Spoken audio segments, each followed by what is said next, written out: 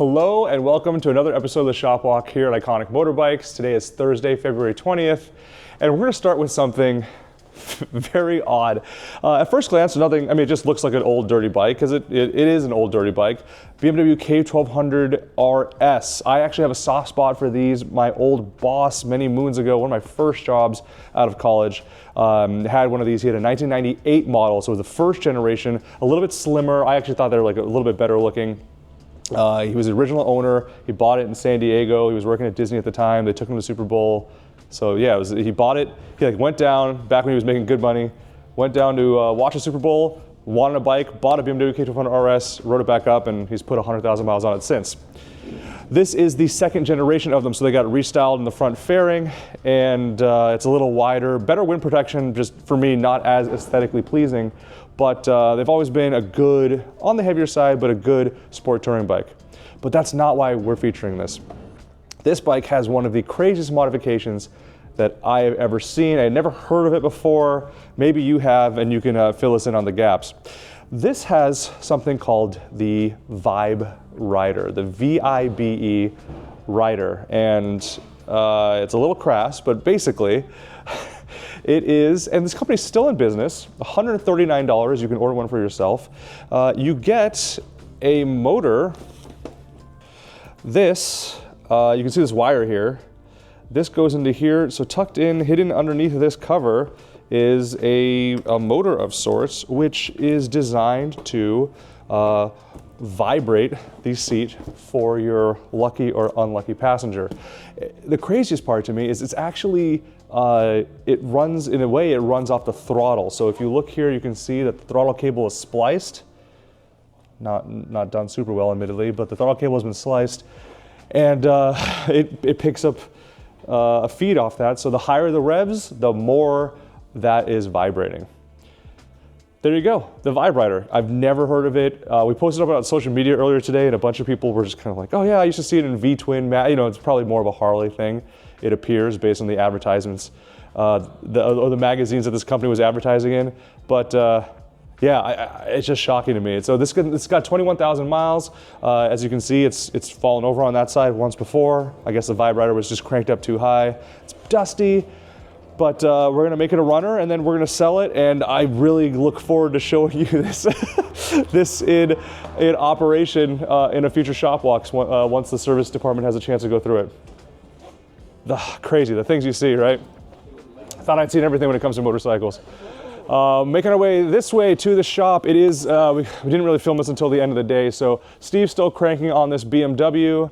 You want to fill the folks in on what you're doing since our last shop walk, sir? I managed to get the... Oh, here, let me give you that, just so they can... Everyone wants to hear how wise you are.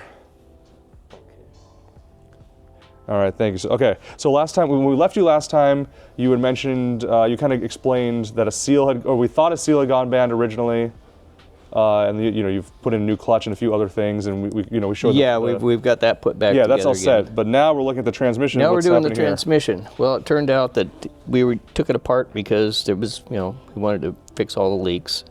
And in the process of tearing it apart, we found. Let's see if I can find it. I think it's that bag, right? Yes. Yeah. A sheared key, which goes on this shaft right in the groove right here. And that's the output shaft, correct? That's the output shaft. So okay. that would have gone into this flange, and unfortunately it spun. So when it spun, now we got to get a new one of those. But I took everything apart because the whole thing in here was just black. It was really nasty. Okay. So I took everything apart, cleaned it, went through all the linkage and everything, made sure everything was good. I'm just in the process of putting that all back in now. Okay. And transmission's all nice and clean, ready to go back in. New seal for the shift shaft. So we'll be putting that in. Okay. Yeah, Steve's been all about BMWs for the last couple of days, whether he likes it or not. It's labor intensive. Yeah, it truly is. Not. Okay, well there you go. Not my idea of a good time, but yeah, that's fair. Strange things that they do. Like what? You want to point something out to people? Most transmissions have a shift drum. Yeah. And it's got all those nice little slots in it. It moves the gears back and forth. Yeah. This has a shift wheel. And if you notice the shape of these slots, Oh yeah, yeah, you can come from the side here. Yeah. Oh, how about that? Okay. And what happens is these ride in the slots, and they mount there, and they go, you know, up and down as the thing turns, and engage and disengage the gears here. It's just a really strange way to do it. It's just, well, it changes directions like about 4 times. Huh. But, okay. Yeah, so. Oh, there you go. All right, sir. Thank you for that. I'll steal that mic back from you if you don't mind. Mic thief. Such an idiot. Mic thief. That's true. That's true. We're only allowed to use that joke like once a week, though. That's mine this month. Okay, fair enough. Over in Ollie's Bay, we've got ourselves a Ducati, and I gotta be honest, I gotta do some more research on this. It's, I think it's written up in our notes here as a 900SS, but I think it's a 900S2, or at least it sure looks like it has the tail section from an S2, and you know, if you know more about this period of I was supposed to say BMW, sorry, this period of Ducatis, please let us know. I need to do some more research and learn more about these. Ollie's super into it. He can't wait. He's excited to get this going. I think he did carbs and a few other things. I'm not sure if the owner is going to have us sell it or take it back for service. So we'll get more information on this bike as we go. But what I can guarantee, having ridden a few bikes that are similar to this, is that it's going to sound fantastic with those Conti pipes. So looking forward to showing you guys that in just a moment. Kind of wrapping things up here, I think. Let's see if there's anything else. There's a couple of bikes. We'll talk in tomorrow's shop walk. We'll talk about a couple of interesting bikes that are going up for sale. I'm going to end with 2 interesting bikes that are going up for sale right now. So we're in Yanni's Bay. Again, it's after the workday, so Yanni's out of here. But we've got this. We'll start with this one, Ducati 900 Superlight. This one is an insanely low mile example, just 550 miles on it. You got the Marvic magnesium wheels, you know, so I love how the 3-spoke wheels look with that. Some parts look really, really clean. Yanni, you spent some time today kind of working on the engine area. Some parts look dirty because this thing has been, as you can imagine, with 550 miles on it, did spend some time sitting. So this is Superlight number 706. Like I said, 550 miles on it. Yanni was doing the carbs today. He got to a stopping point though. We're gonna need a couple parts, so we're placing an order for that. And yeah, this is part of a collection of 6 Ducatis and a BMW that came to us from South Carolina. We've sold most of the bikes. We're down to this Superlight, an 851, and an 888 SPO, and the SPO is actually up on the auction site right now. So that's no reserve bike. Whoever has the high bid is going to win that. It's a really cool one. That's only got about 2,000 miles on it as well. And then I'll tell you what, let's trade. You can come on this side. You can show off the open clutch cover there, and then I'm going to make my way to this bike. So I think when we're, oh, by the way, sorry, not to jump back and forth, I apologize, but when we're done with this, more than likely, this is also going to be a no reserve auction. So we're looking forward to finding new homes for these bikes. When it's done, you know, Yanni's going to spend a bit more time cleaning up the frame and get a decent detail, not like a crazy concourse detail or anything like that, but that'll get a good detail and look real nice. Talking about no reserve bikes, this is going up on the auction site probably today, maybe tomorrow. You guys have probably seen this a bit on social media. This is my Honda CB175 race bike that I campaigned at Laguna Seca and at Barber last year in Arma. I have since, it's a really fun bike.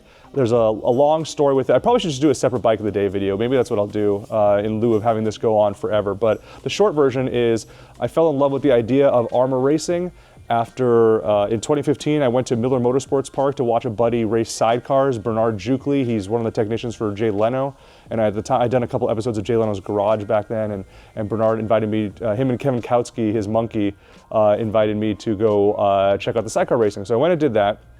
And I saw these guys on these small Hondas, and they had a Le Mans start. I just thought it was the coolest thing ever. You have a friend hold the bike, and you know the green flag comes, and you're sprinting across the other side of the track, hopping on it, bump starting, and go. I thought that was really cool, but at that time in my life, I never thought I would race motorcycles ever.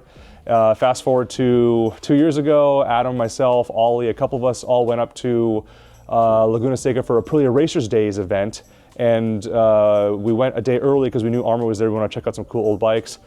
Saw the old school racing again, and I just went, I gotta try this for myself. So tracked this bike down out of Chicago. It was built, you know what, I'm already getting into more detail than I need to, I'm sorry. I'll save some of this for the bike of the day video. Point is, I raced it a couple times last year, but I'm just too big for it. It's fun to huck a small bike around, admittedly, in the corners, but at the same time, when you're just going down the main straight at Laguna Seca like this and just full throttle sitting, it wasn't for me. So I've gone to a bigger bike. I'm just gonna keep racing my Kramer in Sound of Singles, but then I have that BMW R75 that I'm gonna race in Sportsman 750 that we've talked about on other shop walks. So with all that said, this baby is going up for sale. They're just doing a quick little once over on it, and the service department's including the condition report in the listing. And yeah, someone's gonna get my bike.